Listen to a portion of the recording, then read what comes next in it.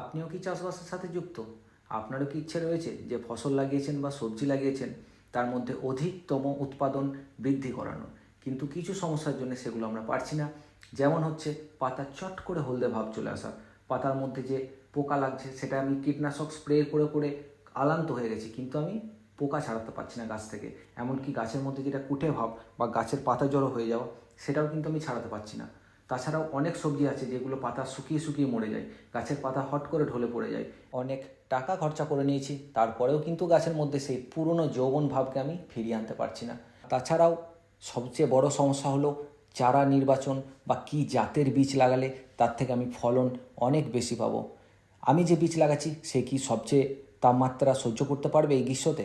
আর তাছাড়াও শীতের সময় যে ফসলগুলো আমরা লাগাই তারা কি প্রবল শীত সহ্য করতে পারবে বা ঠান্ডা সহ্য করতে পারবে? এই সমস্ত রকম সমস্যা সমাধানের জন্য আপনি সঠিক চ্যানেলে এসেছেন।